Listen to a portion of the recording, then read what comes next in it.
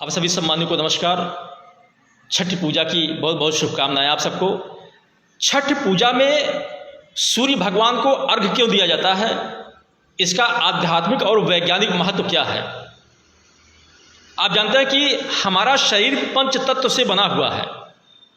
जब हम सूर्य भगवान को अर्घ्य देते हैं तो उसमें पंच तत्वों का सीधा प्रभाव हमारे शरीर के पंच तत्व शरीर, ये जो पंच तत्व से बनी हुई शरीर है उस पर सीधा प्रभाव डालता है, जिससे हमारे शरीर के अंदर की जो चक्र हैं, जैसे मूलाधार चक्र, स्वाधिष्ठान चक्र, ये नाभि चक्र, ये चक्र हमारा एक्टिव होता है।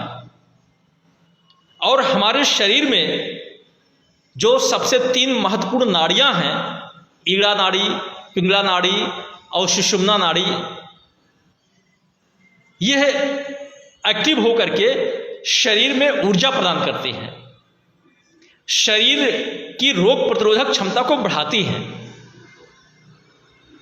जब हम लोटे में पानी लेकर के अपने सर के ऊंचाई से अर्घ देते हैं, पानी गिराते हैं, तो पंच तत्वों में से जल एक तत्व है। जल को जब हम गिराते हैं तो वो जल सीधा जमीन पर जाता है। पृथ्वी दूसरा तत्व हो गया। हम लोटे में जल को जो गिराते हैं वो खुले आसमान में गिराते हैं, यानी आकाश में।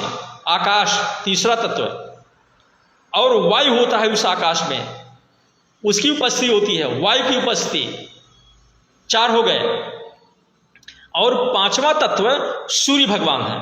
सूर्य की गर्मी, अग्नि, अग्नि के स्थान पर अग्नि का प्रतिनिधित्व सूर्य भगवान कर रहे हैं, इसलिए हम सूर्य की उपस्थिति में अर्घ्य को देते हैं। तो इन पंच तत्व की उपस्थिति में जब सूर्य की किरणें उस जल से होते हुए हमारे शरीर पर पड़ती हैं तो हमारे शरीर में जो 7 रंग हैं वो उसमें आते हैं और शरीर में एक ऊर्जा उत्पन्न होती है, जिससे हमें रोगाणुओं से लड़ने की शक्ति प्राप्त होती है। हमारे शरीर के अंदर नाड़ी शोधन का कार्य होता है, नाड़ियां हमारी एक्टिव होती हैं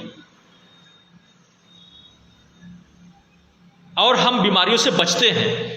हम जल में खड़े होकर के अर्घ्य देते हैं, क्योंकि सूर्य भगवान से, सूर्य से निकलने वाली जो रेज होती है, अल्ट्रावायलेट रेज, वो हमारे शरीर को नुकसान न कर पावे। वो जब हम जल में खड़े